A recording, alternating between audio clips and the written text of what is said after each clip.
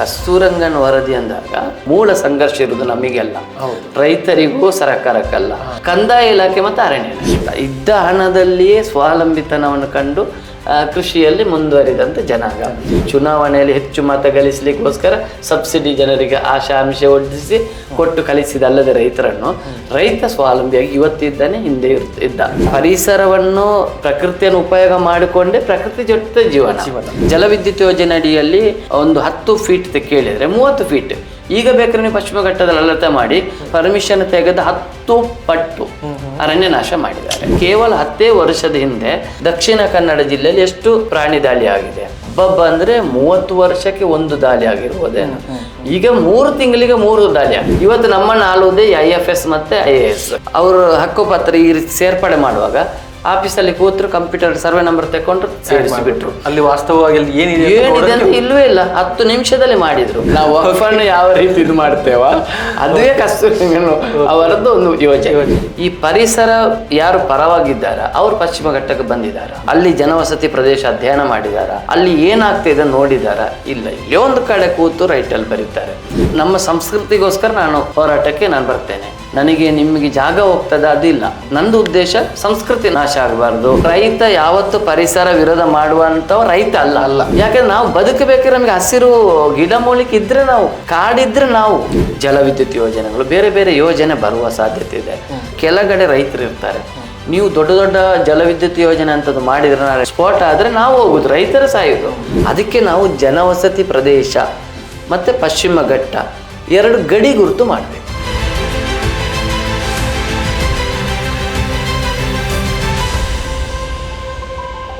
ನಮಸ್ತೆ. ಇವತ್ತು ನಮ್ಮ ಜೊತೆ ಒಬ್ಬರು ಅತಿಥಿ ಇದ್ದಾರೆ. ಮಲೆನಾಡು ಜನಹಿತ ರಕ್ಷಣಾ ವೇದಿಕೆ ಅಂತ ನೀವು ಈಗಾಗಲೇ ಕೇಳಿದ್ದೀರಿ. ಶಿರಾಡಿ ಕಿಶೋರ್ ಅವರು ನಮ್ಮ ಜೊತೆಗಿದ್ದಾರೆ. ನಮಸ್ಕಾರ ಕಾರ್ಯಕ್ರಮಕ್ಕೆ. ನಾವೆಲ್ಲ ಕಸ್ತೂರಿ ರಂಗನ್ ವರದಿ ಅಂತ ಇತ್ತೀಚಿನ ದಿನಗಳಲ್ಲಿ ವಿಶೇಷವಾಗಿ ನಾವು ಎಲ್ಲ ಪೇಪರ್ಗಳಲ್ಲಿ ಬರಲಿಕ್ಕೆ ಶುರುವಾಗಿದೆ, ಸಭೆಗಳು ಶುರುವಾಗಿದ್ದಾವೆ. ಕಸ್ತೂರಿ ರಂಗನ್ ವರದಿ ಇತ್ತೀಚೆಗೂ ಚರ್ಚೆಗಳಲ್ಲಿ ಬಂತು. ಇದನ್ನೆಲ್ಲ ನೋಡಿದಾಗ ಪೇಟೆಯಲ್ಲಿರುವ ಜನರಿಗೆ ಕಸ್ತೂರಿ ರಂಗನ್ ವರದಿಯ ಅಷ್ಟು ಡೆಪ್ತ್ ಗೊತ್ತಾಗೋದಿಲ್ಲ. ಯಾವ ಗ್ರಾಮಗಳು ಇದಕ್ಕೆ ಒಳಪಡ್ತವೆ ಅಥವಾ ಒಳಪಡಬಹುದು ಅನ್ನುವಂತಹ ಒಂದು ಏನು ಚಿತ್ರಣ ಮೂಡ್ತಾ ಇದೆ. ಅಲ್ಲಿಯ ಗ್ರಾಮದ ಜನರಿಗೆ ಬಹಳ ಆತಂಕದಲ್ಲಿದ್ದಾರೆ ಇವತ್ತು. ಇದನ್ನು ನೀವು ಹೋರಾಟದ ಮುಂಚೂಣಿಯಲ್ಲಿ ಇದ್ಕೊಂಡು ಎಲ್ಲರ ಸಹಕಾರದೊಂದಿಗೆ ಬಹಳ ದೊಡ್ಡ ಒಂದು ಹೋರಾಟವನ್ನು ನೀವು ಇತ್ತೀಚೆಗೂ ರಸ್ತೆ ರೋಕೋದಿಂದಲೂ ಹಿಡಿದು, ಅಂದರೆ ರಸ್ತೆ ರೋಕೋ ಮಾಡಲಿಕ್ಕೆ ಕಾರಣ ನೀವು ಒಂದು ಎಲ್ಲರಿಗೂ ಗೊತ್ತಾಗಲಿ ಇದು ಎಷ್ಟು ಒಂದು ಪ್ರಭಾವ ಇದರದ್ದು ಇದೆ, ಜನರ ಮೇಲೆ ಬೀಳ್ತಾ ಇದೆ ಅನ್ನುವಂತಹ ಒಂದು ವಿಚಾರದಲ್ಲಿ ಇತ್ತೀಚೆಗೆ ಗುಂಡ್ಯದಲ್ಲಿ ಮಾಡಿದ್ರಿ.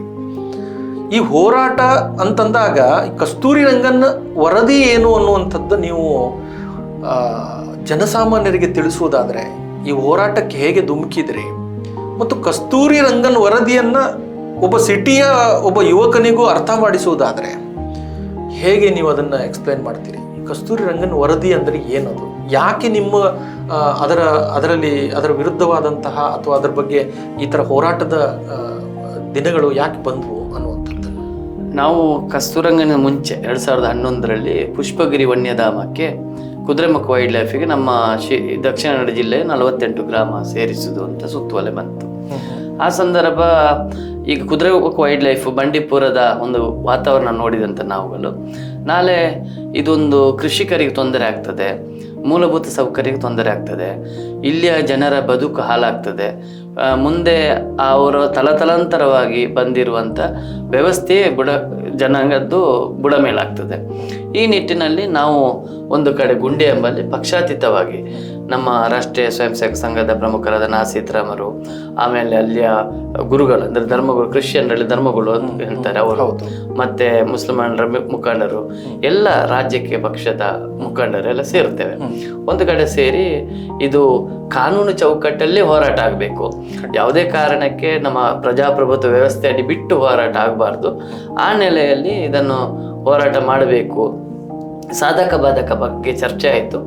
ಆಗ ಒಟ್ಟು ಅಲ್ಲಿಯ ಪ್ರಮುಖರು ನನ್ನನ್ನು ಇಡೀ ಒಂದು ಸಂಘಟನೆ, ಒಂದು ಮಲೆನಾಡು ಹಿತರ ಅಂದರೆ ಮಲೆನಾಡಿನ ಜನರ ಹಿತರಕ್ಷಣಾ ವೇದಿಕೆ ಅಂತ ಸಮಿತಿ ಮಾಡಿ ಅದರ ಸಂಚಾಲಕ ನೀನೇ ಮುಂದುವರಿಸಬೇಕು ಅಂತ ಹೇಳಿದರು. ಇದು ನನಗೆ ಬಂದದ್ದು ಯಾಕೆಂದ್ರೆ ಈ ರೀತಿಯ ಹೋರಾಟದಲ್ಲಿ ಮುಂಚೂಣಿರಬೇಕು ಅಥವಾ ಅದನ್ನು ಕೈಗೆತ್ತಿಕೊಳ್ಬೇಕು ಅಂತ. ನಮ್ಮ ಹಿರಿಯರೆಲ್ಲ ಈ ಪಾಲು ಪಂಚಾಯತಿಗೆ ಮಾಡುವ ಅಭ್ಯಾಸ ಇತ್ತು, ಪಟೇಲತಿಗೆ ಪರಂಪರೆ ಮನೆಯಿಂದಲೇ. ಹಾಗೆ ನಾವು ಚಿಕ್ಕದಿರುವಾಗ ನಮ್ಮ ತಂದೆಯವರಿಗೆ ಬಂದು ಆಗಿನ ಒಂದು ವ್ಯವಸ್ಥೆಯಲ್ಲಿ ಕೊಡುವಂತದಲ್ಲಿ ಹಣ ಎಲ್ಲ ಇಲ್ಲ. ಜೇನುತುಪ್ಪ ಅಥವಾ ಅವ್ರ ಮನೆಯಲ್ಲಿ ಏನಾದ್ರು ಮಾಡಿದ್ರೆ ಅದನ್ನು ತಂದು ಕೊಟ್ಟು ಈ ರೀತಿ. ಆಗ ಕಂದಾಯ ಭೂಮಿ ಸ್ವಾಧೀನ ಇರುವಂಥದ್ದು, ಹಕ್ಕುಪತ್ರ ಕೊಡುವಂಥದ್ದು ಮಾಮೂಲಿ ಗೊತ್ತಿದೆ. ಈ ರೀತಿ ಹಕ್ಕುಪತ್ರ ಕೊಡುವಂತ ಆಗ್ತಾ ಇತ್ತು. ಆ ಹಕ್ಕುಪತ್ರ ಸಿಕ್ಕಿದ ಮೇಲೆ ಅವರು ಆಮೇಲೆ ನನ್ನನ್ನು ಕೂಡ ಚಿಕ್ಕವನಾಗಿದ್ರು ಗೌರವದಿಂದ ಮಾತಾಡೋದು. ಅಂದ್ರೆ ಅವರಿಗೊಂದು ಜೀವನ ದಾರಿಗೆ ಒಂದು ವ್ಯವಸ್ಥೆ ಆಯ್ತಲ್ಲ, ಭಾವನಾತ್ಮಕ ಸಂಬಂಧ ಚೆನ್ನಾಗಿತ್ತು. ಇದು ನೋಡುವಾಗ ಇದು ಕಲ್ಕೊಳ್ತಾರೆ ಅನ್ನುವಾಗ ಅವರ ಆತಂಕ. ಅವರು ಬಂದು ನಮ್ಮಂತ ನನ್ನ ತಂದೆ ನೋಡಿದ ಹಾಗೆ ತುಂಬಾ ಜನರ ಹಿರಿಯರ ಇವರು ಹೋಗಿ ಕೈ ಕಾಲು ಹಿಡಿದು ನಾವು ಇಷ್ಟು ಸಮಯ ವಾಸ್ತವಾಗಿದ್ದೇವೆ, ಮನೆ ನಂಬರ್ ಆಗಿದೆ, ಹಕ್ಕುಪತ್ರ ಕೊಡಿ ಅಂತೇಳಿ ಸ್ವಾತಂತ್ರ್ಯದ ನಂತರ ಅನೇಕ ಬಾರಿ ದರ್ಖಾಸ್ತು ಪಟ್ಟೆ ಅಂತ ಇದೆ, ಬೇರೆ ಬೇರೆ ರೀತಿಯಲ್ಲಿ ಹಕ್ಕುಪತ್ರ ಪಡ್ಕೊಂಡಂತ ಖುಷಿ. ಆಮೇಲೆ ಅವರ ಮಕ್ಕಳಿಗೆ ಅದನ್ನು ವ್ಯವಸ್ಥೆ ಮಾಡಿಟ್ಟಂತ ಪದ್ಧತಿ, ಪಿತ್ರಾರ್ಜಿತ ಆಸ್ತಿ ಅಂತ. ಮತ್ತೆ ಎಲ್ಲಿಯೂ ಸ್ವಾವಲಂಬಿಯಾಗಿ ನೋಡಿ, ಕೃಷಿಕ ಅಂದಾಗ ಸಾಮಾನ್ಯ ಕೃಷಿ ಮಾಡುವಾಗ ನಿಮಗೆ ಹಸಿರು ಕ್ರಾಂತಿ ಮುಖಾಂತರ ಕೆಮಿಕಲ್ ಹಾಕ್ಲಿಕ್ಕೆ ಕೃಷಿಕರು ಇದು ಮಾಡಿದ್ದು ಸರ್ಕಾರದ ಯೋಜನೆ, ಅದು ಕೃಷಿಕರ ರೈತನ ಯೋಜನೆ ಅಲ್ಲ. ಅದಕ್ಕೆ ಮುಂಚೆ ಸಾವಯವ ಗೊಬ್ಬರವನ್ನು ಹಾಕಿ ಕೃಷಿಯನ್ನು ಮಾಡ್ತಾ ಬೆಳೆದು ಬಂದವರು. ಆಮೇಲೆ ಕೃಷಿಗೆ ಪೂರಕವಾಗಿದ್ರು, ಯಾವುದ್ಯಾವುದು ಬೆಳೆಸಬೇಕು ಅದನ್ನೇ ಕೃಷಿ ಅಂದರೆ ಪರಿಸರಕ್ಕೆ ನಾಶ ಆಗದಂಥ ಕೃಷಿಯನ್ನೇ ಮಾಡಿಕೊಂಡು ಬಂದಂಥ ಭತ್ತ ಇರ್ಬೋದು, ಅಡಿಕೆ, ಬೇರೆ ಬೇರೆ ಈ ರೀತಿ ಮಾಡ್ತಾ ಬಂದವರು. ಕೊನೆಗೆ ಯಾವುದೇ ಸಬ್ಸಿಡಿ ಇರಲಿಲ್ಲ. ನಾನು ಚಿಕ್ಕದಿರುವಾಗ ನಮಗೆ ಯಾವುದೇ ಸಬ್ಸಿಡಿ ಸಿಕ್ಕಿದ್ದು ನೆನಪಿಲ್ಲ, ಅಥವಾ ನಮಗೆ ಸಬ್ಸಿಡಿ ಲೋನ್ಗಳಿಲ್ಲ. ಇದ್ದ ಹಣದಲ್ಲಿಯೇ ಸ್ವಾವಲಂಬಿತನವನ್ನು ಕಂಡು ಕೃಷಿಯಲ್ಲಿ ಮುಂದುವರಿದಂಥ ಜನಾಂಗ. ಇತ್ತೀಚೆಗೆ ಸರ್ಕಾರದ ಈ ರಾಜಕೀಯದವರ ಚುನಾವಣೆಯಲ್ಲಿ ಹೆಚ್ಚು ಮತ ಗಳಿಸಲಿಕ್ಕೋಸ್ಕರ ಸಬ್ಸಿಡಿ ಜನರಿಗೆ ಆಶಾಂಶ ಒಡ್ಡಿಸಿ ಕೊಟ್ಟು ಕಲಿಸಿದಲ್ಲದೆ ರೈತ ಸ್ವಾವಲಂಬಿಯಾಗಿ ಇವತ್ತಿದ್ದಾನೆ, ಹಿಂದೆ ಇದ್ದ. ಹಾಗೆ ಇದು ಈ ಸಂತ ಒಂದು ಭಾವನಾತ್ಮಕ ಸಂಬಂಧ. ನಾನು ಕೂಡ ಬಡ ಕುಟುಂಬನೇ, ನಮಗೂ ಕೂಡ ಅದು ಒಂದು ರೀತಿಯ ಇದು ಉದಾಹರಣೆ ಹೇಳ್ಬೇಕು. ನಾವು ಭೂತಾರಾಧನೆ ಮತ್ತೆ ಈಗ ನಮ್ಮಲ್ಲಿ ಕೆಡ್ಡಸ ಅಂತ ಆಚರಣೆ ಮಾಡ್ತಾರೆ. ಈ ಕೆಡ್ಡಸ ಸಂದರ್ಭ ನಮ್ಮ ತಾಯಿ ಅಂದ್ರೆ ಎಲ್ಲ ಮನೆಯ ತಾಯಿಯಂದರು ಆ ಸಂದರ್ಭದಲ್ಲಿ ಅವರು ತುಳಸಿ ಕಟ್ಟೆ ಎದುರುಗಡೆ ಒಂದು ಸೆಗಣಿ ಸಾರಿಸಿ ಎಲ್ಲ ಎಲೆ ಇಡ್ತಾರೆ. ಇದು ವೀಳ್ಯದೆಲೆ ಎಲೆ ಇಟ್ಟು ಮತ್ತೆ ಎಲೆ ಇಟ್ಟು ಅಲ್ಲಿ ಅದಕ್ಕೆ ಒಂದು ದೀಪ ಎಲ್ಲ ಹಚ್ಚಿ, ಆ ನಂತರ ಒಂದು ಮನೆಯಲ್ಲಿ ಮಾಡಿದ ವಸ್ತುವನ್ನು ತೋಡತ್ತ ಹೊಳೆಯಲ್ಲಿ ಬಿಡುವಂತ ಈ ರೀತಿ ಅಂದ್ರೆ ಭೂಮಿಯನ್ನು ಆರಾಧನೆ ಮಾಡುವ ಪದ್ಧತಿ. ಒಳ್ಳೆ ಭಾವನಾತ್ಮಕ ಸಂಬಂಧ.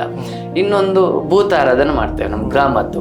ಅದು ಮಾಡಬೇಕಿದ್ರೆ ನಾವು ಮಾರಿಕಿಡಾರ್ಮ ಅಂತ ಹೇಳ್ತಂದ್ರೆ ಈ ಪ್ರಕೃತಿ ವಿಕೋಪಗಳಾಗಬಾರ್ದು ಅಂತೇಳಿ ಕಾಡಿನೊಳಗೆ ಹೋಗ್ತಾರೆ.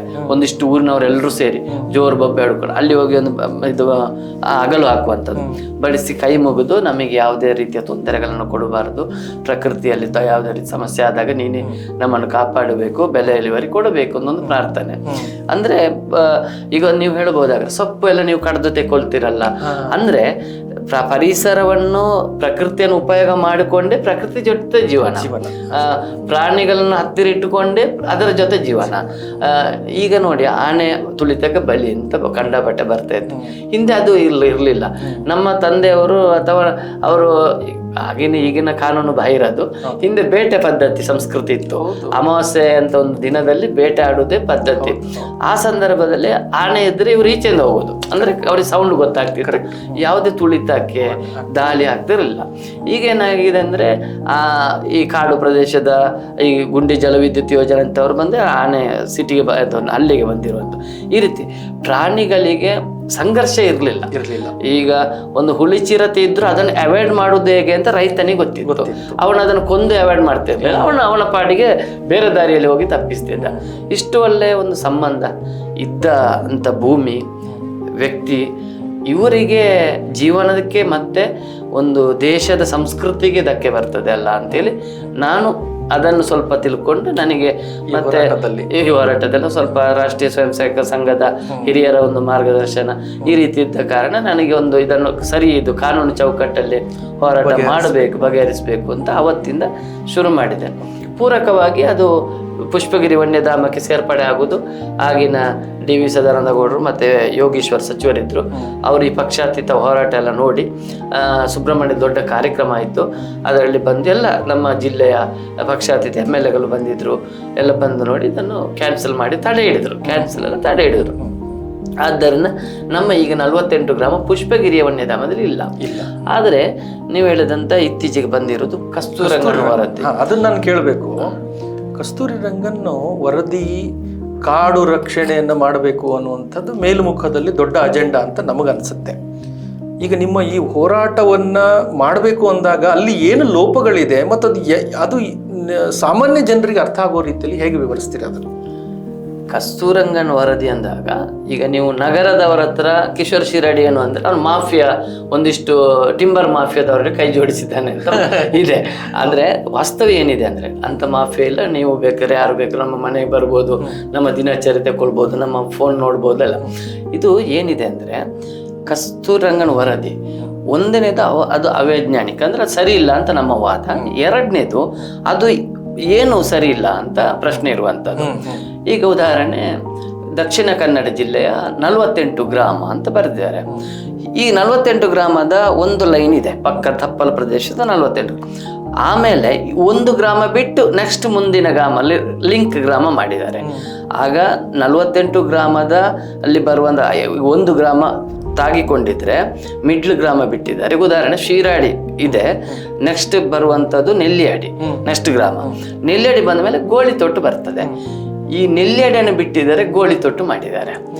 ಗ್ರಾಮವಿ ಗ್ರಾಮ ಗೋಳಿತೊಟ್ಟಿಯಲ್ಲಿ ಕಾಂಚನ ತನಕ ಬರ್ತದೆ. ನಿಮಗೆ ಉಪ್ಪಿನಂಗಡಿ ಅಂತ ಒಂದು ಭಾಗ ಉಂಟಲ್ಲ, ಉಪ್ಪಿನಂಗಡಿ 8 ಕಿಲೋಮೀಟರ್ ಹತ್ರ ಬರ್ತದೆ. ಕೇವಲ 8 ಕಿಲೋಮೀಟರ್ ಉಪ್ಪಿನಂಗಡಿ ಸರವು.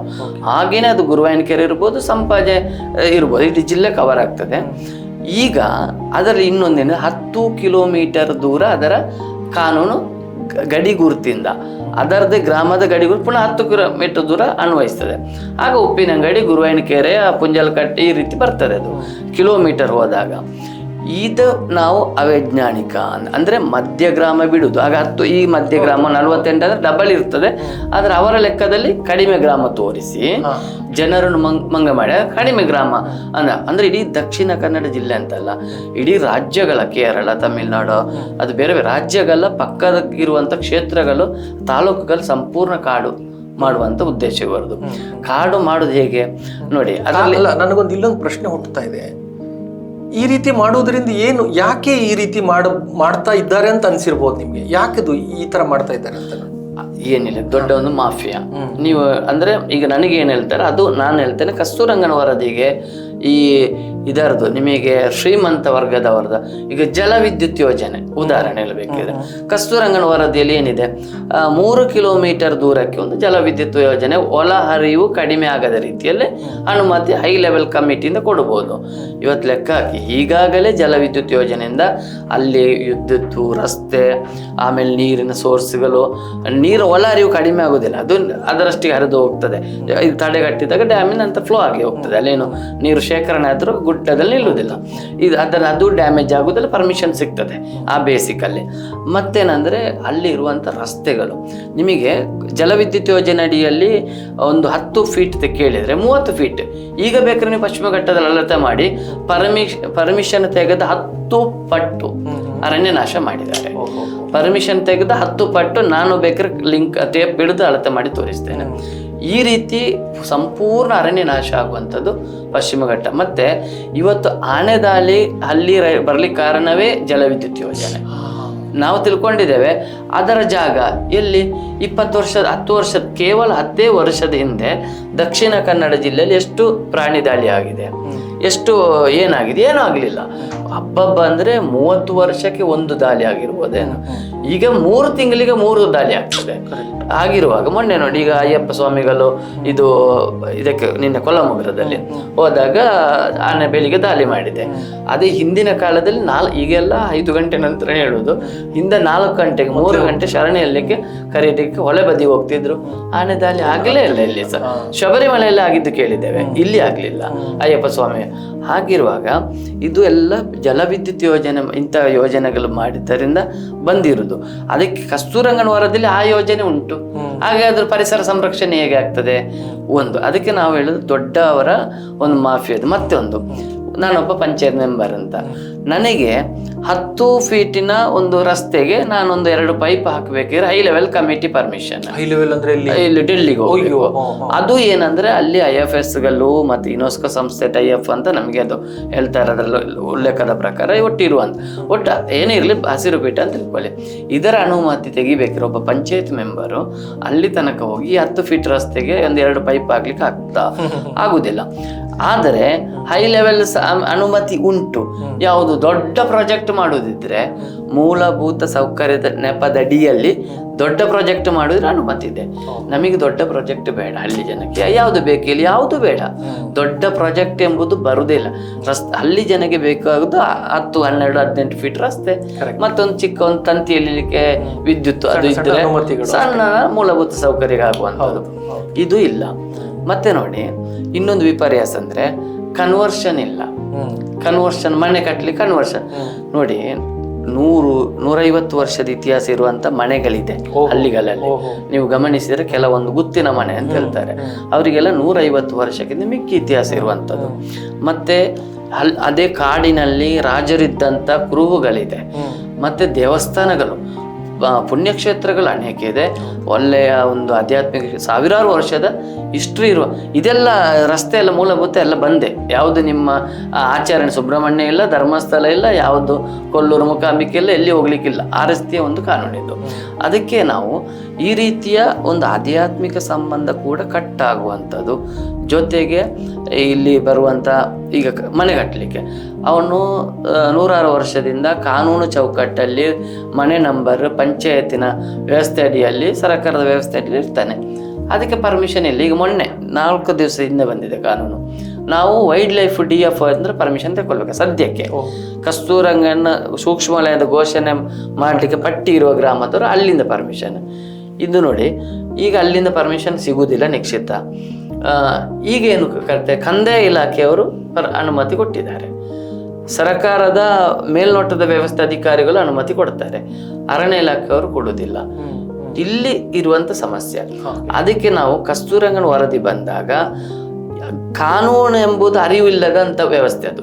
ಅಂದ್ರೆ ಈಚೆ ಕಂದಾಯ ಇಲಾಖೆಯ ಒಂದು ಕಾನೂನಿದೆ, ಇದನ್ನ ಗಮನಿಸ್ಲಿಲ್ಲ ಅಂತ ಹಾಗಿದ್ರೆ ವರದಿ ಮಾಡುವಾಗ, ವರದಿಯ ಸಬ್ಮಿಟ್ ಮಾಡುವಾಗ ಈ ಇಲಾಖೆಗಳು ಏನೇನ್ ಮಾಡಿದ ಅಂತ ಅವ್ರು ಗಮನಿಸ್ಲಿಲ್ವಾ? ಆಗಿದ್ರೆ 100ಕ್ಕೆ 100 ಸತ್ಯ. ಏನಂದ್ರೆ ನೀವು ಹೇಳಿದ್ದು ಇಲಾಖೆಯವರು ಗಮನಿಸ್ತಿದ್ರೆ ಈ ಪರಿಸ್ಥಿತಿ ಬರ್ತಿರಲಿಲ್ಲ. ನಿಮಗೆ ಒಂದು ಗೊತ್ತಿರಲಿ, ಈಗ ಮೂಲ ಸಂಘರ್ಷ ಇರುವುದು ನಮಗೆಲ್ಲ, ರೈತರಿಗೂ ಸರ್ಕಾರಕ್ಕಲ್ಲ, ಕಂದಾಯ ಇಲಾಖೆ ಮತ್ತು ಅರಣ್ಯ ಇಲಾಖೆ. ಅವ್ರ ಮಧ್ಯದಲ್ಲಿ ಸಮಸ್ಯೆ ಏನು ಅಂತ ಕೇಳ್ಬೋದು ನಿಮಗೆ. ಅಂದ್ರೆ ಕೆಲವರು ಇದೇನಪ್ಪ ಕಂದಾಯ ಇಲಾಖೆ ಮತ್ತು ಇವರು ಅರಣ್ಯ ಇಲಾಖೆ ಸಮಸ್ಯೆ. ನೋಡಿ, ನನ್ನ ಹತ್ರ ಜಾಗ ಇದೆ. ನನಗೆ 1932 ಕದಿಂ ಪಟ್ಟೆ, ಅದು ಇದು ಬ್ರಿಟಿಷ್ ಸರ್ಕಾರ ಇರುವಾಗಲೇ ನಮ್ಮ ಹಿರಿಯರಿಗೆ ಕೊಟ್ಟಿರುವಂಥದ್ದು ಒಂದು 5 ಎಕರೆ ಭೂಮಿ. ಆಮೇಲೆ ಒಂದು 2 ಎಕರೆ ನಮ್ಮ ಅಮ್ಮನ ಹೆಸರಲ್ಲಿದೆ. ಅದು 1974 ಸಿಕ್ಕಿರುವಂಥದ್ದು, ಭಾರತ ಸರ್ಕಾರ ಸಿಕ್ಕಿರುವಂಥದ್ದು. ಈಗ ನೋಡಿ, ಈಗ ಅದು ಕಂದಾಯ ವ್ಯವಸ್ಥೆದ ಅಡಿಯಲ್ಲಿ ಬಂದಿದ್ದಂತ ಅವರೆಲ್ಲ ಅದನ್ನ ಕರೆಕ್ಟ್ ಆಗಿ ನೋಡಿಕೊಂಡೆ ಸಬ್ಮಿಟ್ ಮಾಡಿ ಮತ್ತೆ ಇವತ್ತು ನನ್ನ ಹತ್ರ ನಾನು ಲೋನ್ ತಗೊಳ್ತೇನೆ, ವ್ಯವಹಾರ ಮಾಡ್ತೇನೆ, ಎಲ್ಲ ನಾನು ವ್ಯವಸ್ಥಿತವಾಗಿ ಇದ್ದೇನೆ, ಕನ್ವರ್ಷನ್ ಆಗಿದೆ, ಮನೆ ಕಟ್ಟಿದ್ದೇನೆ ಎಲ್ಲ. ಆದ್ರೆ ಈ ಭೂಮಿಯನ್ನು ಅರಣ್ಯ ಇಲಾಖೆ ಕನ್ಸಿಡರ್ ಮಾಡುದಿಲ್ಲ. ಇದು ಕಸ್ತೂರಂಗನ ವರದಿ ಬಂದ್ರೆ ನೀವು ಎದ್ದು ಹೋಗುದು ಬೇಡ, ನೀವು ಅಲ್ಲಿ ಇರಿ. ಅವ್ರಿಗೆ ಹೇಳೋದು ಎದ್ದು ಹೋಗೋದಿಲ್ಲ, ಅಲ್ಲಿ ಇರಬೇಕು. ಹೇಗಿರಬೇಕು? ನಿಮಗೆ ಮೂಲಭೂತ ಸೌಕರ್ಯದ ಬಗ್ಗೆ ಕೇಳುವಾಗ ಏನು ಮಾಡುದಿಲ್ಲ, ರಸ್ತೆ ಇರ್ತದೆ, ತಂತಿ ಕಂಬ ಇರ್ತದೆ, ನವೀಕರಣ ಮಾಡಬೇಡಿ, ಏನು ಮಾಡೋಂಗಿಲ್ಲ, ಇರುವ ಹಾಗೆ ಇರೋದು. ಈಗ ನೋಡಿ, ನನ್ನ ಮನೆಗೆ ಬರುವ ರಸ್ತೆ ಅದು ಅರಣ್ಯದ ಮಧ್ಯೆ. ಇನ್ನೊಂದು ಕಸ್ತೂರಂಗನ ವರದಿಯನ್ನು ನಾವು ಅವೈಜ್ಞಾನಿಕ, ಯಾಕಂದ್ರೆ ಎಲ್ಲಿ ಗ್ರಾಮೀಣ ಪ್ರದೇಶವನ್ನು ಬಿಲ್ಕುಲ್ ನಗರದಲ್ಲಿ ತೋರಿಸಲಿಕ್ಕೆ ನಿಮಗೆ ಸಾಧ್ಯ ಇಲ್ಲ. ಗ್ರಾಮೀಣ ಪ್ರದೇಶ ಅಂದಾಗ ತಕ್ಷಣ ಕಲ್ಪನೆ ಬರುವುದು ಕಾಡು, ಅದರ ಸಂಬಂಧ. ಹಾಗಿರುವಾಗ ಮೂಲಭೂತ ಸೌಕರ್ಯಕ್ಕೆ ವ್ಯವಸ್ಥೆ ಮಾಡದೆ, ಈ ಕಂದಾಯ ಇಲಾಖೆಯನ್ನು ಕನ್ಸಿಡರ್ ಮಾಡದೆ, ಉದಾಹರಣೆ ಅರಣ್ಯ ಇಲಾಖೆಯವರು ಅಥವಾ ಈ ಕಸ್ತೂರಂಗನ ವರದಿ ತಯಾರಿಸುವಂಥ ಟೀಮು ಏನು ಮಾಡಬೇಕಿತ್ತಂದರೆ ಗ್ರಾಮ ಮಟ್ಟದಲ್ಲಿ ಬರಬೇಕಿತ್ತು, ವಿಶೇಷ ಗ್ರಾಮ ಸಭೆ ಕರಿಬೇಕಿತ್ತು. ವಿಶೇಷ ಗ್ರಾಮ ಸಭೆ ಕರೆದು ಎಲ್ಲಿ ಎಲ್ಲ ರೆವಿನ್ಯೂ ಭೂಮಿ ಇದೆ, ಅಥವಾ ಈಗ ಉದಾಹರಣೆ ಬೈಂದೂರಿನ ಕೋರ್ಟ್, ಸೆಕ್ಷನ್ ಕೋರ್ಟ್, ಅದು ಅರಣ್ಯದಲ್ಲಿ ಸೇರಿಸಿದ್ದಾರೆ. 150 ವರ್ಷ ಇತಿಹಾಸ ಇದೆ. ಕಡಬ ತಾಲೂಕಿನ ಐತೂರು ಪಂಚಾಯತ್ ಅರಣ್ಯದಲ್ಲಿದೆ. ಧರ್ಮಸ್ಥಳ ಪೊಲೀಸ್ ಸ್ಟೇಷನ್ ಅರಣ್ಯದಲ್ಲಿದೆ. ಇನ್ನೊಂದು ನಮ್ಮ ಮೊನ್ನೆ ಒಂದು ಸಿಕ್ಕಿದ್ರು, ಒಂದು ಅವರದು ಅವರು 70-70ನೇ ಇಸವಿಯಲ್ಲಿ ಪಟ್ಟೆ ಆಗಿದೆ, ಅದು ಅರಣ್ಯ ಅಂತ ಈಗಿನ ಇದರಲ್ಲಿ ಸೇರ್ಪಡೆ. ಆ ರೀತಿ ಈ ವಕ್ಫ್ ಇತ್ತೀಚೆಗೆ ಈಕ್ವಲ್ ಟು ನಿಮ್ಮ ಕಸ್ತೂರಂಗ. ನಾವು ವಕ್ಫ್ ಅನ್ನು ಯಾವ ರೀತಿ ಇದು ಮಾಡ್ತೇವೋ ಅದೇ ಕಸ್ತೂರಂಗ ಅವರದ್ದು ಒಂದು ಯೋಜನೆ. ಈ ರೀತಿ ಈಗ ಇವರು ಏನ್ ಮಾಡ್ಬೇಕಿತ್ತಂದ್ರೆ ಕಂದಾಯ ಮತ್ತೆ ಇದು ಫಾರೆಸ್ಟ್ ಇಲಾಖೆಯನ್ನು ಕನ್ಸಿಡರ್ ಮಾಡಬೇಕಿತ್ತು. ಮಾಡಿ ನೋಡಿ, ನಾವು ಬ್ರಿಟಿಷರನ್ನು ಹೊಗಳ್ತಾ ಇಲ್ಲ. ವ್ಯವಸ್ಥೆ ಹೇಗಿತ್ತಂದ್ರೆ ಹಿಂದೆ ಕೂಡ ಈ ಪರಿಭಾವಿತ ಅರಣ್ಯಕ್ಕೆ, ಕನ್ನಡದಲ್ಲಿ ಪರಿಭಾವಿತ ಅರಣ್ಯದಕ್ಕೆ ಸೇರಿಸುವಂತ ಒಂದು ಪದ್ಧತಿ ಇತ್ತು. ಅದು ಹಿಂದೆ 1800 ನನ್ನ ಹತ್ರ ದಾಖಲೆ ಇದೆ, 850ನೇ ಇಸವಿಯ ನಂತರ ಆ ಪ್ರೋಸೆಸ್ ಬರ್ತಾ ಇತ್ತು. ಈಗ ಉಲ್ಲೇಖ ಮಾಡ್ತಾರೆ ಅವರು. ನಿಮಗೆ ಜಂಟಿ ಸರ್ವೆ ಅಂತ ಲೆಕ್ಕ. ಹೇಗೆ ಅಂದರೆ ಸ್ವಾತಂತ್ರ್ಯ ಸಿಗುವ ತನಕ ಈ ರೀತಿ ಸೇರ್ಪಡೆ ಮಾಡುವಾಗ ಜಂಟಿ ಸರ್ವೆ ಮಾಡಿ, ಅಂದರೆ ಅರಣ್ಯ ಅಧಿಕಾರಿ ಕಂದಾಯ ಇಲಾಖೆಯವರು ಸೇರಿ ಜಂಟಿ ಸರ್ವೆ ಮಾಡಿ, ಈ ಒಂದೊಂದು ಸರ್ವೆ ನಂಬರ್, ಈಗ ಒಂದು ಸರ್ವೆ ನಂಬರ್ 200 ಎಕರೆ ಇದ್ದರೆ ಅದರಲ್ಲಿ 5-10-20 ಎಕರೆ ಭೂಮಿ ಕೃಷಿ ಭೂಮಿ ಆಗಿರುತ್ತೆ, ಜನವಸತಿ ಪ್ರದೇಶ ಅಥವಾ ಸಾರ್ವಜನಿಕ ಕಟ್ಟಡ ಇರ್ಬೋದು. ಇದನ್ನು ಅವರು ಜಂಟಿ ಸರ್ವೆ ಮಾಡಿ ಅದರಲ್ಲಿ ಒಂದು ಸ್ವಲ್ಪ ಎಕ್ಸೆಸ್ ಬಿಡ್ತಿದ್ರು, ಮುಂದೆ ಡೆವಲಪ್ಮೆಂಟಿಗೆ ಗ್ರಾಮಕ್ಕೆ ಅಂತೇಳಿ ಬಿಟ್ಟು ಸೇರ್ಪಡೆ, ಒಂದಿಷ್ಟು ಭೂಮಿಯನ್ನು ಸೇರ್ಪಡೆ ಅರಣ್ಯಕ್ಕೆ ಮಾಡ್ತಾ ಬಂದರು. ಭಾರತ ಸರ್ಕಾರ ಬಂದ ಮೇಲೆ ಇದು ನಮ್ಮ ದುರದೈವ ಅಂದರೆ ಈ ಜನಪ್ರತಿನಿಧಿಗಳು ಅಧ್ಯಯನ ಮಾಡದ ಒಂದು ವ್ಯವಸ್ಥೆಯಲ್ಲಿ ಇವತ್ತೇನಾಗಿದೆ ಅಂದರೆ, ಆ ನಂತರ ಬಂದಿರುವ ಡಿ ಸಿ ಅಂದರೆ ವ್ಯಕ್ತಿ ಅಲ್ಲ, ಪೋಸ್ಟ್, ಮತ್ತೆ ನಿಮ್ಮ DF ಅಂದ್ರೆ ಇವರು IFS ಅಧಿಕಾರಿ, ಇವರುಗಳ ಬೇಜವಾಬ್ದಾರಿ. ಅಂದ್ರೆ ಅವರು ಏನಂದ್ರೆ ನೋಡಿ, ನಾವು ಈಗ ಎಲ್ಲಿವರೆಗೆ ಅಂದ್ರೆ ನಾವು ಈ ವ್ಯವಸ್ಥೆಯಲ್ಲಿ ನಾವು ಸ್ವಾತಂತ್ರ್ಯ ಸಿಕ್ಲಿಲ್ಲ ನಮ್ಮ ಮನಸ್ಸಿಗೆ. ಯಾಕೆಂದ್ರೆ ಇವತ್ತು ನಮ್ಮನ್ನು ಆಳುವುದೇ IFS ಮತ್ತೆ IAS. ಯಾಕೆ ಅಂತ ಕೇಳ್ಬೋದು ನೀವು. ಇವತ್ತು ಅವರು ನೋಡಿ, ನಾವೇನೋ ನಾಯಿಗೆ ಅನ್ನ ಹಾಕಬೇಕಿದ್ರು ಸ್ವಲ್ಪ ತೊಳೆದು ಹಾಕ್ತೇವೆ, ಆದ್ರೆ ಇವರು ಅದನ್ನೂ ಮಾಡಲಿಲ್ಲ ನಮಗೆ ರೈತರಿಗೆ. ಏನಂದ್ರೆ ಇದು ಅವರು ಹಕ್ಕುಪತ್ರ ಈ ರೀತಿ ಸೇರ್ಪಡೆ ಮಾಡುವಾಗ ಆಫೀಸಲ್ಲಿ ಕೂತ್ರು, ಕಂಪ್ಯೂಟರ್ ಸರ್ವೆ ನಂಬರ್ ತಗೊಂಡ್ರು, ಸೇರಿಸಿಬಿಟ್ರು. ಅಲ್ಲಿ ವಾಸ್ತವವಾಗಿ ಏನಿದೆ ಅಂತ ಇಲ್ಲವೇ ಇಲ್ಲ, 10 ನಿಮಿಷದಲ್ಲಿ ಮಾಡಿದ್ರು. ಈಗ ನೀವು ಅದನ್ನು ಬೇರೆ ಮಾಡ್ಬೇಕಿದ್ರೆ ನಾವು ಕ್ಯಾಬಿನೆಟ್ ಡಿಸಿಷನ್ ಅಲ್ಲಿ ನಿರ್ಣಯ ಮಾಡಿಸಿ ಕೋರ್ಟಿಗೆ ಹೋಗಿ ಸರ್ಕಾರ ಅದು ನಮ್ಮ ರೈತರಿರುವ ಜಾಗ ಅದು ಈ ರೀತಿ ಇದೆ, ಅದನ್ನು ಬಿಟ್ಟು ಕೊಡಬೇಕು ಅಂತ ಸುಪ್ರೀಂ ಕೋರ್ಟ್ ಹೈಕೋರ್ಟಿಂದ ಆರ್ಡರ್ ತರಬೇಕು. ಪರಿಸ್ಥಿತಿ ಇವರು 10 ನಿಮಿಷ ಮಾಡಿದ ಕೆಲಸದಲ್ಲಿ ಆಗಿರುವ ಇವರಿಗೆ ಟ್ಯಾಕ್ಸ್ ಕಟ್ಟಿ ನಾವು ದುಡ್ಡು ಕೊಟ್ಟು ಇವರನ್ನು ಕಾರು ಕೊಟ್ಟು ಬಂಗ್ಲೆ ಕೊಟ್ಟು ಯಾಕೆ ಮಾಡಿದ್ದು? ಇವತ್ತು ಈ ರೀತಿ ರೈತರನ್ನ ಆಕ್ರೋಶ ಭರಿತವಾಗಿ ಮಾಡಿದಂಥ ವ್ಯವಸ್ಥೆ ಈ 2 ಅಧಿಕಾರಿಗಳು. ಇವ್ರು ಏನು ಮಾಡಿದರು, ಈ ಪರಿಭಾವಿತ ಅರಣ್ಯದಡಿಯಲ್ಲಿ ಇವರನ್ನು ಅಲ್ಲಿ ಪೊಲೀಸ್ ಸ್ಟೇಷನ್ ಇದೆಯೋ, ಸಾರ್ವಜನಿಕ ಆಸ್ಪತ್ರೆ ಇದೆಯೋ, ಯಾವುದನ್ನು ನೋಡದೆ ಸೇರಿಸಿಬಿಟ್ರು. ಸೇರಿಸಿದಾಗ ಏನಾಗಿದೆ, ಈಗ ಅದು ಅರಣ್ಯ ಅಂತ ನೀವು RTCಯಲ್ಲಿ ನಿಮಗೆ 10 ವರ್ಷದಿಂದ 20 ವರ್ಷದಿಂದ ಅದು ಕಂದಾಯ ಭೂಮಿ ಆಗಿತ್ತು. ಹಾಗೆ ಹಕ್ಕುಪತ್ರ ಕೊಟ್ಟಿದ್ದಾರೆ ನೋಡಿ. ಕಂದಾಯ ಇಲಾಖೆಯವರು ತಪ್ಪು ಮಾಡಿಲ್ಲ. ಯಾಕೆ ಅಂದರೆ ಸ್ವಲ್ಪ ಸಮಥಿಂಗ್ ತಗೊಂಡಿರ್ಬೋದು, ಅದು ವಿಷಯ ಬೇರೆ, ಜೇನುತುಪ್ಪನ ಇನ್ನೊಂದು.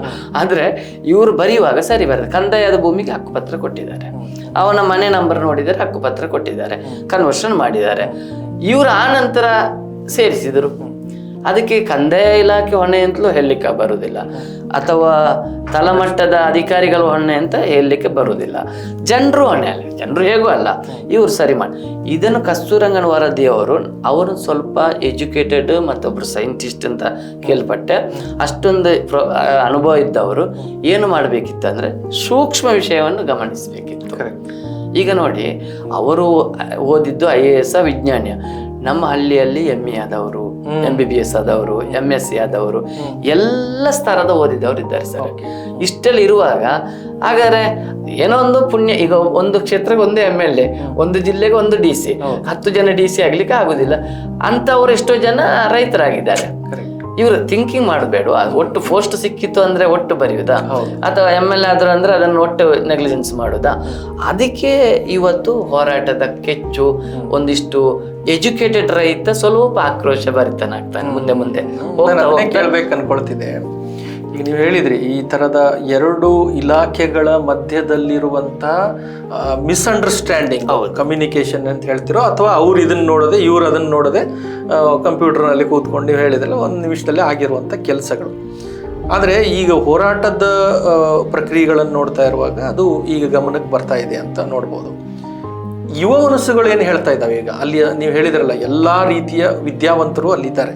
ಅಲ್ಲೀಗ ನಾವು ಹೇಳ್ಬೋದು ಈಗ ಯಾವುದು ಕೂಡ ಹಳ್ಳಿ ಎಜುಕೇಟ್ ಇಲ್ಲದಂಥ ಹಳ್ಳಿಗಳು ಯಾವುದೂ ಇಲ್ಲ, ಎಲ್ಲ ಕಡೆಯಿಂದಲೂ ವಿದ್ಯಾವಂತರು ಬರ್ತಾ ಇದ್ದಾರೆ, ಹಳ್ಳಿಯನ್ನು ಬಿಟ್ಟು ಸಿಟಿಗೆ ಸೇರ್ಕೊಳ್ತಾ ಇದ್ದಾರೆ, ಒಳ್ಳೆ ರೀತಿಯಲ್ಲಿ ನಡೀತಾ ಇದೆ. ಈಗ ಆ ಭಾಗದ ಈ ಎಲ್ಲೆಲ್ಲಿ ಅದು ಕಸ್ತೂರಿ ರಂಗನಕ್ಕೆ ಒಳಪಡ್ತದೆ ಈ ಹೋರಾಟದ ಹಳ್ಳಿಗಳಲ್ಲಿ ಇರುವಂತಹ ಯುವ ಮನಸ್ಸುಗಳು ಏನು ಹೇಳ್ತವೆ, ಅಲ್ಲಿಯ ನಿಜ ಕಥೆಗಳು ಏನೇನಿದಾವೆ, ಉದಾಹರಣೆಗಳನ್ನು ಹೇಳ್ತಾ ಹೋದರೆ ಯಾವ್ಯಾವ ರೀತಿಯ ಒಂದಿಷ್ಟು ಘಟನೆಗಳನ್ನು ನೀವು ನೆನಪು ಮಾಡ್ಕೊಳ್ಬೋದು, ಅಥವಾ ಒಂದಿಷ್ಟು ಈ ರೀತಿಯ ವ್ಯವಸ್ಥೆ ಕಥೆಗಳು ಅಲ್ಲಿ ಹೇಳಲ್ಪಡ್ತಾ ಇದ್ದಾವೆ ಮತ್ತು ಅದನ್ನ ಅನುಭವಿಸ್ತಾ ಇದ್ದಾವೆ ಅಂತ ನೆನಪು ಮಾಡ್ಕೊಳ್ಳೋದಾದ್ರೆ ಹೇಗೆ ಇದು ಕಸ್ತೂರಿ ರಂಗನ್ ವರದಿಯ ಹೋರಾಟ? ಕಾನೂನು ಒಂದು ಭಾಗ, ವರದಿ ಅದು. ಭಾವನಾತ್ಮಕ ಸಂಬಂಧ ಹೇಗೆ ಉಂಟು ಅಂತ ನಾನು ಒಂದೆರಡು ಅಂಶ ಹೇಳ್ತೇನೆ. ಹೇಳಿ. ಉದಾಹರಣೆ ಹೇಳಬೇಕಿದ್ರೆ, ಈಗ ನಾವು ಸಂಪರ್ಕ ಹೋಗ್ತಾ ನಮ್ಮ ರಿಲೇಷನಲ್ಲಿ ಕೂಡ ತುಂಬ ಜನ ನಿಮ್ಮ ವೀಕ್ಷಕರು ಎಲ್ಲ ರಿಲೇಷನ್ ನಗರದಲ್ಲಿ ಇದ್ದಾರೆ, ಸಿಟಿಯಲ್ಲಿ ಅಪ್ಪ ಅಮ್ಮ ಇರ್ತಾರೆ, ಅಜ್ಜ ಅಜ್ಜಿ. ಇವ್ರ ಹತ್ರ ನಾನು ಒಂದು ಕಡೆ ಕೇಳಿದೆ, ಅಮ್ಮ ನೀವು ಅದು ಸ್ವಲ್ಪ ಹಾರ್ಟಿನ ಸಮಸ್ಯೆ ಇತ್ತು, ಅದಕ್ಕೆ ನೀವು ಬೆಂಗಳೂರಲ್ಲಿ ಇದ್ದಾರೆ, ಪರಿಚಯ ಇದೆ, ನೀವು ಏನೋ ಮಾಡ್ಕೊಳ್ಬೋದು, ಮಗ ಬೆಂಗಳೂರಲ್ಲಿ. ಆಗ ಅವ್ರು ಹೇಳ್ತಾರೆ, ಮಗೆ ಯಾವಾಗಲೂ ಅಂದ್ರೆ ತುಳುವಲ್ಲಿ ಮಗ ಪೋಲಲ್ಲಿ ಎತ್ತೊಂದುಲ್ಲಿ ಎಂಕ್ ಬ್ಯಾಂಕ್ ಸಿಟಿ ಪೇಟೆ ಬಂಡ ಆಪುಜಿ ಅಲ್ಲ ಪೋಂಟಣ್ಣ ರೂಮ್ ತುಲೈ ಬುಕ್ ಆಗಲಿ ಇಂಚಿನ ಪುರ ಕೂತನೆ ಎಂಕಲ್ಲ ಪುರ ಮೂಲ ಹಳ್ಳಿ ಮರ್ದಿಟ್ಟೆ ಎಂಕಲ್ಲ ಜೀವನ ಸಾಗಿದ್ರೆ ಆ ಭೂಮಿಗೆ ಆ ನೆಲಕ್ಕೆ ಅವರಿಗೆ ಸಂಬಂಧ. ಹಳ್ಳಿ ಮದ್ದು ಅಂದ್ರೆ ಏನಂದ್ರೆ ಎಲ್ಲ ಗಿಡ ಮೂಲಿಕೆ, ಅದರಲ್ಲಿ ಅವರು ಬದುಕ್ತಾರೆ, ಅವರು ಸಾಯಲಿಲ್ಲ. 2-3 ವರ್ಷದಿಂದ ಆಯ್ತು ಅವ್ರಿಗೆ. ಹಾಗೆ ತುಂಬಾ ಜನ ಇದ್ದಾರೆ.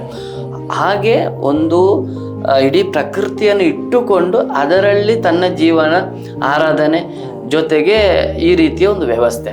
ಇನ್ನೊಂದು ವಿಶೇಷ ಅಂದರೆ, ನಿಮಗೆ ನಗರಕ್ಕೆ ಹೋಗಲಿ, ಎಷ್ಟೋ ದೊಡ್ಡ ಶ್ರೀಮಂತನಾಗಲಿ, ನಾವು ಈಗಾಗಲೇ ಕಾಂತಾರ ಪಿಕ್ಚರ್ ನೋಡಿದ್ದೀರಿ, ಆಗಲಿ ಇವತ್ತು ಭೂತಾರಾಧನೆಗೋಸ್ಕರ ಅವನು ಮುಖ್ಯಮಂತ್ರಿ ಆದರೂ ಬರ್ತಾರೆ, ಒಬ್ಬರು IAS ಆಫೀಸರ್ ಆದರೂ ಮನೆಗೆ ಬಂದು ಭೂತಾರಾಧನೆಯಲ್ಲಿ ಭಾಗವಹಿಸಿ, ಯಾರು ಹೆಬ್ಬೆಟ್ ರೈತ ಅಂತ ಹೇಳ್ತಾರೆ ಅವರ ಪಾದ ಮುಟ್ಟಿ ನಮಸ್ಕಾರ, ಅಲ್ಲಿ ಪೂಜಾರಿ ಮಾಡ್ತಾರೆ, ಅವರಿಗೆ ಪಾದ ಮುಟ್ಟಿ ನಮಸ್ಕಾರ ಮಾಡ್ತಾರೆ.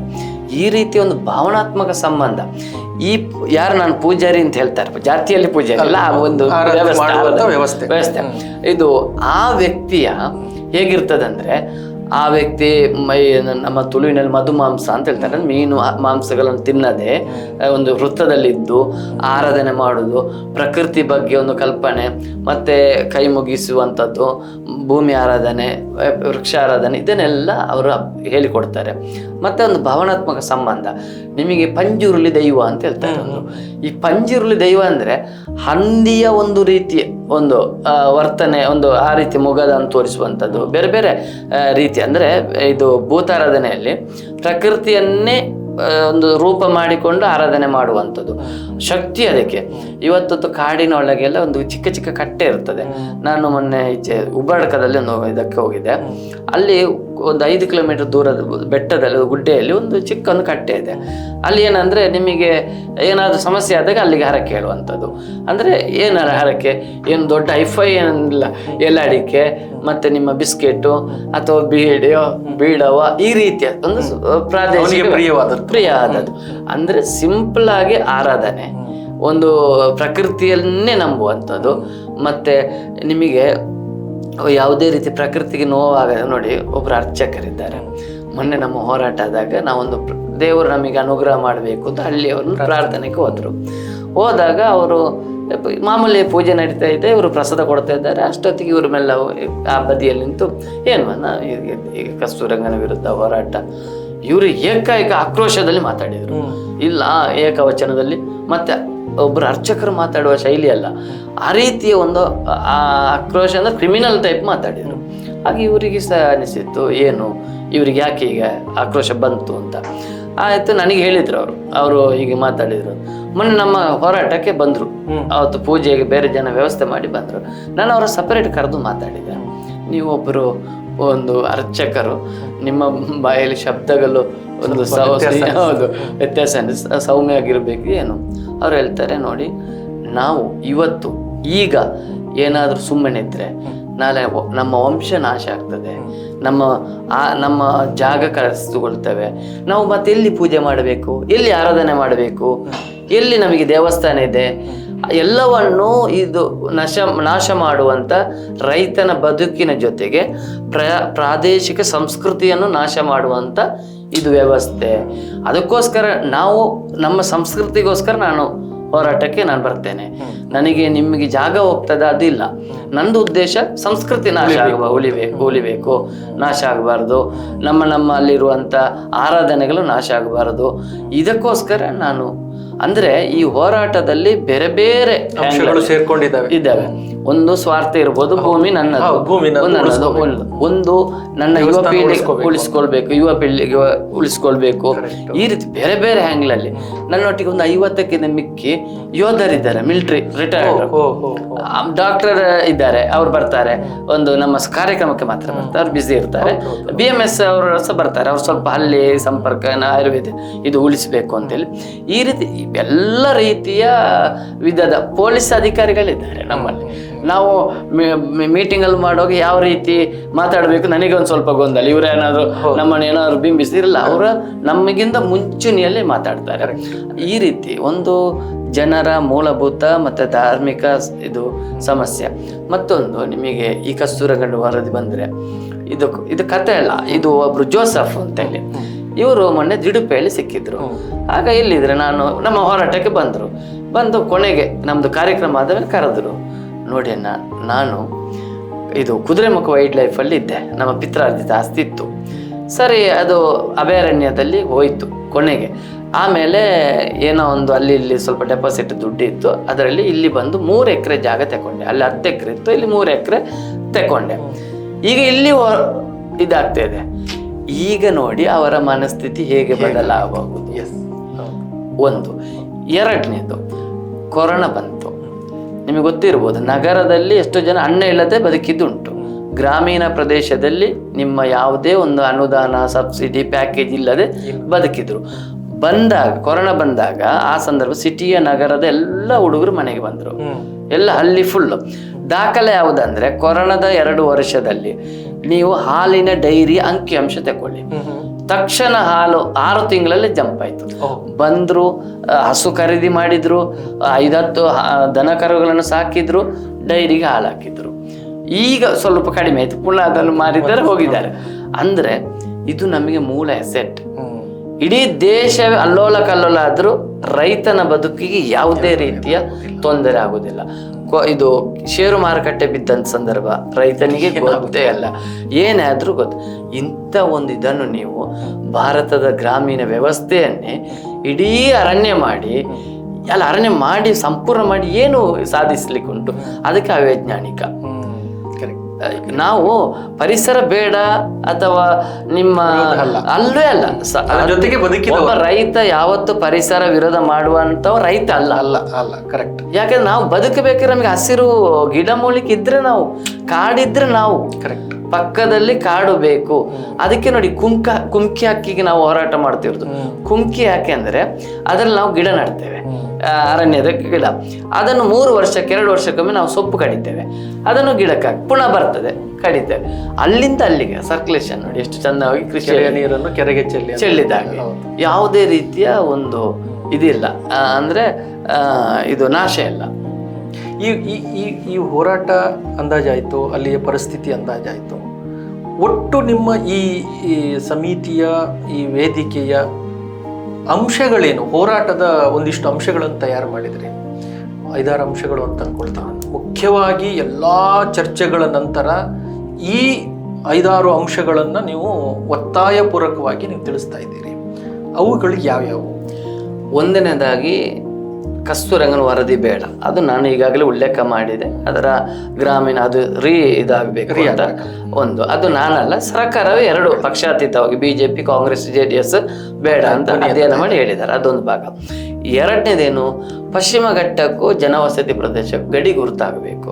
ಇದು ಬಹಳ ಮುಖ್ಯ. ಹೌದು. ಯಾಕೆ ಅಂತ ಹೇಳ್ಬೋದು ನೀವು. ನೋಡಿ, ನಮ್ಮನ್ನು ಪರಿಸರ ವಿರೋಧಿಗಳು ಒಂದು ಬಿಂಬಿಸ್ತಾರೆ. ಈ ಪರಿಸರ ಯಾರು ಪರವಾಗಿದ್ದಾರ ಅವ್ರು ಪಶ್ಚಿಮ ಘಟ್ಟಕ್ಕೆ ಬಂದಿದ್ದಾರ, ಅಲ್ಲಿ ಜನವಸತಿ ಪ್ರದೇಶ ಅಧ್ಯಯನ ಮಾಡಿದಾರ, ಅಲ್ಲಿ ಏನಾಗ್ತಿದೆ ನೋಡಿದಾರ? ಇಲ್ಲ. ಇಲ್ಲೇ ಒಂದು ಕಡೆ ಕೂತು ರೈಟಲ್ಲಿ ಬರೀತಾರೆ. ನಾವೇನೋದೇನು ಅಲ್ಲಿ ವಾಸ್ತವ ವಿಷಯ. ನಿಮಗೆ ಇವತ್ತು ಪರಿಸರ ಸಂರಕ್ಷಣೆ ಅಲ್ಲದೆ ಜಲವಿದ್ಯುತ್ ಯೋಜನೆಗಳು, ಬೇರೆ ಬೇರೆ ಯೋಜನೆ ಬರುವ ಸಾಧ್ಯತೆ ಇದೆ. ಅದಕ್ಕೆ ನಾವೇನಂದ್ರೆ ಪಶ್ಚಿಮ ಘಟ್ಟ ಉಳಿಲೇಬೇಕು ಅಂತ ರೈತರ ಆತಂಕ ಇದೆ. ಯಾಕಂದ್ರೆ ಕೆಳಗಡೆ ರೈತರು ಇರ್ತಾರೆ. ನೀವು ದೊಡ್ಡ ದೊಡ್ಡ ಜಲವಿದ್ಯುತ್ ಯೋಜನೆ ಅಂತದ್ದು ಮಾಡಿದ್ರೆ ನಾಳೆ ಡೆಮಾಲಿಶ್ ಅಂದ್ರೆ ಸ್ಪಾಟ್ ಆದ್ರೆ ನಾವು ಹೋಗುದು, ರೈತರ ಸಾಯುದು. ಅದಕ್ಕೆ ನಮ್ಮ ಸೇಮ್ ಅದಕ್ಕೆ ನಮ್ಮ ರಕ್ಷಣೆಗೋಸ್ಕರ ಪರಿಸರ ಉಳಿಬೇಕು, ಮತ್ತೆ ಅಲ್ಲಿ ಯಾವುದೇ ಯೋಜನೆ ಬರಬಾರದು ಅಂತೇಳಿ ಅದಕ್ಕೆ ನಾವು ಜನವಸತಿ ಪ್ರದೇಶ ಮತ್ತೆ ಪಶ್ಚಿಮ ಘಟ್ಟ ಎರಡು ಗಡಿ ಗುರುತು ಮಾಡಬೇಕು. ಗಡಿ ಗುರುತು ಮಾಡಿ ಅದಕ್ಕೆ ಮಾರಕವಾಗಿರುವಂಥ ಯಾವುದು ಈ ಜಲವಿದ್ಯುತ್ ಯೋಜನೆ ಅಥವಾ ಇನ್ಯಾವುದು ಫ್ಯಾಕ್ಟ್ರಿಗಳು ಅಥವಾ ದೊಡ್ಡ ದೊಡ್ಡ ಮಾರಕ ಯೋಜನೆಗಳು ಬರದ ರೀತಿಯಲ್ಲಿ ಅದನ್ನು ಇದು ಮಾಡಿ ಅಲ್ಲಿ ಮತ್ತೆ ಹೈ ಲೆವೆಲ್ ಕಮಿಟಿ ಅಗತ್ಯ ಇಲ್ಲ, ಪರ್ಮಿಷನ್ ಇಲ್ಲ, ಯಾರಿಗೂ ಇಲ್ಲ. ಈ ರೀತಿ ಮಾಡಬೇಕು. ಈ ಗಡಿ ಗುರುತು ಮಾಡಿದ ನಂತರ ಕೆಳಗೆ ಈಗ ಉದಾಹರಣೆ ಪಶ್ಚಿಮ ಘಟ್ಟಕ್ಕೆ ಹೀಗೆ ಗಡಿ ಅದೊಂದು ಇದರಾಗಿದೆ ನೂಲಿನ ಥರ, ಅದರ ಅಡಿಭಾಗದಲ್ಲಿ ಗಡಿ ಗುರುತು ಮಾಡಿದಾಗ ಒಂದು ಪ್ರಾಣಿ ದಾಳಿಯಿಂದ ತಪ್ಪಿಸಲಿಕ್ಕೆ ಹೇಗೆ ಅಂದರೆ ಸೋಲಾರ್ ಬೇಲಿಯೋ ಅಥವಾ ಕಂದಕಗಳನ್ನು ಮಾಡಿ ಬೇರೆ ಬೇರೆ ಯೋಜನೆ ಮಾಡಿ ಜನರಿಗೂ ಮಾನವನಿಗೂ ಪ್ರಾಣಿಗೂ ಸಂಘರ್ಷ ತಪ್ಪಿಸ್ಬೋದು. ಒಂದೇ ಗಡಿ ಗುರುತಲ್ಲಿ ಅದನ್ನು ಮಾಡಬೇಕು. ಒಂದೇ ಖರ್ಚಲ್ಲಿ ಎರಡು ವಿಷಯ ಆಗ್ತದೆ. ಎರಡನೇದು ರೆಗ್ಯುಲರ್ ಫಾರೆಸ್ಟ್ ಆಕ್ಟ್ ಈಗಿರುವಂಥದ್ದು ಅದನ್ನು ಗ್ರಾಮೀಣ ಪ್ರದೇಶಕ್ಕೆ ಇರಬೇಕು. ಅದು ಮಾಮೂಲಿ. ನಿಮಗೆ ಎಷ್ಟು ಬಿಗಿ ಉಂಟಂದ್ರೆ ರೆಗ್ಯುಲರ್ ಈಗಿನ ಫಾರೆಸ್ಟ್ ಆಕ್ಟ್ ಇದರ ಪ್ರಕಾರ ನೀವು ರಸ್ತೆ ಅಗಲ ಮಾಡಬೇಕಿದ್ರೆ ಮಾಡುವಾಗೇ ಇಲ್ಲ, ಮಾಡಿದರೆ 3 ಪಟ್ಟು ಜಾಗವನ್ನು ಇನ್ನೊಂದು ಕಡೆ ನೀವು ಕಾದಿರಿಸಬೇಕು ಅರಣ್ಯಕ್ಕೆ. ನೋಡಿ, ಇಲ್ಲಿ 10 ಸೆಂಟ್ಸ್ ಆಗಿದ್ರೆ 30 ಸೆಂಟ್ಸ್ ಜಾಗವನ್ನು ನೀವು ಬೇರೆ ಕಡೆ ತೋರಿಸಿ ಅದಕ್ಕೆ ಫಂಡ್ ಮಾಡಿ ಇಲ್ಲಿ ತಗೊಳ್ಳಿಕ್ಕೆ. ಅಷ್ಟು ಈಗಿರುವ ಆ್ಯಕ್ಟಲ್ಲಿ ಉಂಟು. ಅಲ್ಲಿ ಮೂಲಭೂತ ಸೌಕರ್ಯಕ್ಕೂ ತೊಂದರೆ ಆಗೋದಿಲ್ಲ, ಯಾಕಂದ್ರೆ ಇನ್ನೊಂದು ಕಡೆ ಜಾಗ ಕಾದಿರಿಸಿ ಅರಣ್ಯಕ್ಕೂ ತೊಂದರೆ ಆಗೋದಿಲ್ಲ. ಆಗ ಲಾಗು ಆಗಬೇಕು ಅಂತ ಲಾಗ್ ಆಗಬೇಕು ಒಂದು. ಎರಡನೇದು ಈ ಗಡಿ ಗುರುತ ಈಚೆಯಿಂದ ಇನ್ನು ಯಾವುದೇ ಯೋಜನೆ ಬಂದರೆ 0 ಬಫರ್ ಝೋನ್ ಮಾಡಿ ಹೋರಾಟ ಮಾಡುವವರಿಗೆ ಇಲ್ಲ ತಲುಪಿಸಿಲ್ಲ ಮತ್ತೆ ನಿಮಗೆ ಹೋರಾಟ ಎಂಬುದು ಸರಿಯಲ್ಲ. ನಾವು ಅದನ್ನು ನಾನೊಬ್ಬ ಹೋರಾಟಗಾರನಾಗಿ ಅದನ್ನೇ ವಿರೋಧ ಮಾಡ್ತೇನೆ. ಯಾಕೆಂದ್ರೆ ಹೌದು, ತಿಳಿಯಾಗಬೇಕು. ಯಾವುದೇ ಕಾರಣಕ್ಕೆ ನಮ್ಮ ಮಲೆನಾಡಿನ ಜನಹಿತ ರಕ್ಷಣಾ ವೇದಿಕೆ ಉದ್ದೇಶ ಅದಕ್ಕೆ ಜನರ ಹಿತ ರಕ್ಷಣಾ ವೇದಿಕೆ ಇದು ಏನಂದ್ರೆ ನಾವು ಮುಂದೊಂದು ದಿನ ಹೋರಾಟ ದೇಶಕ್ಕೆ ಅದೊಂದು ವ್ಯವಸ್ಥೆ. ಒಂದು ಮನೆಯಲ್ಲಿ ಒಬ್ಬ ಜಗಳ ಮಾಡಿದ್ರೆ ಆ ಮನೆಗೆ ಒಳ್ಳೇದ, ಸೇಮ್ ಅದು ಸಮಾಜಕ್ಕೆ ಅನಿಸುತ್ತೆ. ಅದಕ್ಕೆ ಇದು ನಿಲ್ಲಬೇಕು. ಅದಕ್ಕೆ ಕಾನೂನನ್ನು ಇಂಪ್ಲಿಮೆಂಟ್ ಮಾಡಬೇಕು, ಕಾನೂನಾತ್ಮಕ ನಾವು ಇದನ್ನು ಆಡಬೇಕು ಅಂತೇಳಿ ಈ ಗಡಿ ಗುರುತು ಕೇಳಿರುವಂಥದ್ದು. ಎರಡನೇದು ಜಂಟಿ ಸರ್ವೆ. ಜಂಟಿ ಸರ್ವೆ ಇದು ಇಂಪಾರ್ಟೆಂಟ್. ಯಾಕೆ ಅಂದ್ರೆ ನೀವು ಆಗ ಒಂದು ಮಾತು ಹೇಳಿರಿ, ಕಂದಾಯ ಮತ್ತೆ ಅರಣ್ಯ ಇಲಾಖೆ ತಕರಾರು. ಇದು ರೈತರ ತಕರಾರಲ್ಲ. ಏನಂದ್ರೆ ಪರಿಭಾವಿತ ಅರಣ್ಯದಡಿಯಲ್ಲಿ ಎಷ್ಟೋ ಸರ್ವೆ ನಂಬರ್ಗಳನ್ನು ಸೇರಿಸಿದಂಥ ಪರಿಭಾವಿತ ಅರಣ್ಯ ಸೇರಿಸಿದಂಥ ಆ ಅರಣ್ಯದಲ್ಲಿ ಹಕ್ಕುಪತ್ರ ಕೊಟ್ಟಿದ್ದಾರೆ. ಮೊನ್ನೆ ಇತ್ತೀಚೆಗೆ ಕೊಟ್ಟಿರೋ ಹಕ್ಕುಪತ್ರಗಳಿಗೆ ಫ್ಲೋಟಿಂಗ್ ಆಗ್ತಾ ಇಲ್ಲ. ಫ್ಲೋಟಿಂಗ್ ಅಂದ್ರೆ ಏನು? ಈಗ ನನ್ನ ಹತ್ರ ಒಂದು 1/2 ಎಕರೆ ಜಾಗ ಇದ್ರೆ ಅದು ಪರ್ಟಿಕ್ಯುಲರ್ ಇಂಥ ಪ್ಲೇಸಲ್ಲಿ ಇಂಥ ಸ್ಕೆಚ್ಚಲ್ಲಿ ಮಾಡ್ತಾರೆ. ಜಾಗದಲ್ಲಿ ಒಂದು GPS ನಾಗಿ ಮಾಡಬೇಕದು. ಆ ಜಾಗ ಕಲ್ಲು ಹಾಕಿ ಕೊಡಬೇಕು. ಅದು ಕೊಡ್ಲಿಕ್ಕೆ ಅದು ಫಾರೆಸ್ಟ್ ಒಂದು ಸರ್ವೆ ನಂಬರ್ ಒಟ್ಟು ಇದ್ರೆ ಎಲ್ಲಿಂದ ಕೊಡ್ಲಿಕ್ಕೆ ಬರುವುದಿಲ್ಲ.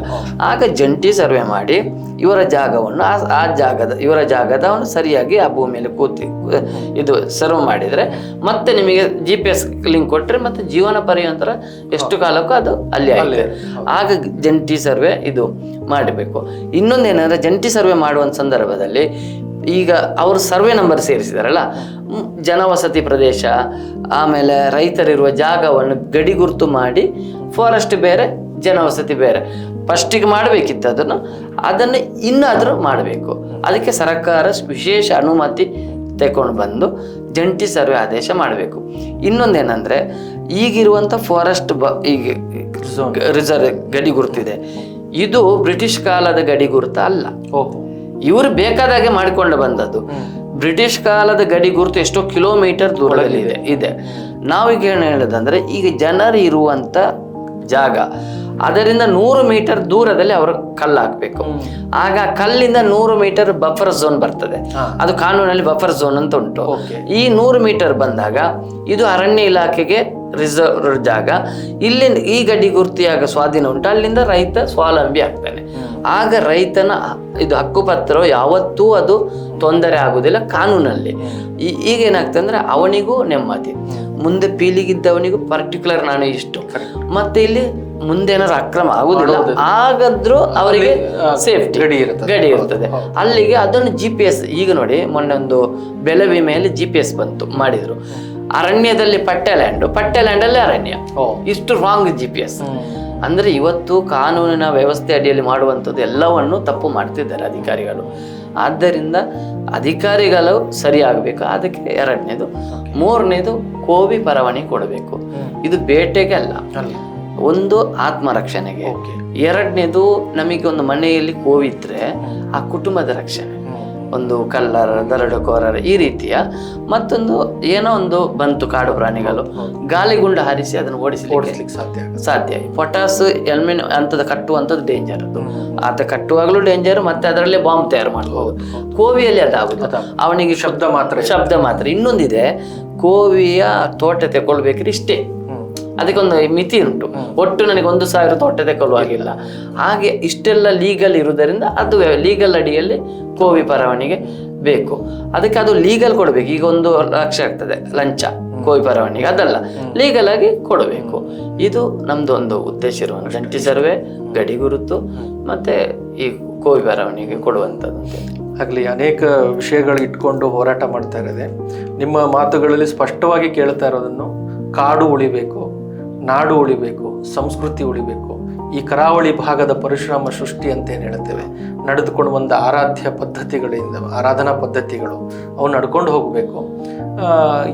2 ಡಿಪಾರ್ಟ್ಮೆಂಟ್ಗಳಲ್ಲಿರುವಂಥ ಗೊಂದಲಗಳು ನಿವಾರಣೆಯಾಗಿ, ಜಂಟಿಯಾಗಿ ಸರ್ವೆ ಆಗಿ, ಅಲ್ಲಿಯ ಎಷ್ಟೋ ವರ್ಷಗಳಿಂದ ಆ ಮನೆಗಳು ಎಲ್ಲೆಲ್ಲಿ ಇದ್ದಾವೆ ಅವುಗಳಿಗೆ ನ್ಯಾಯ ಸಿಗುವಂತೆ ಆಗಬೇಕು ಅನ್ನುವಂಥದ್ದು ಆಶಯವನ್ನು ವ್ಯಕ್ತಪಡಿಸಿದ್ರಿ.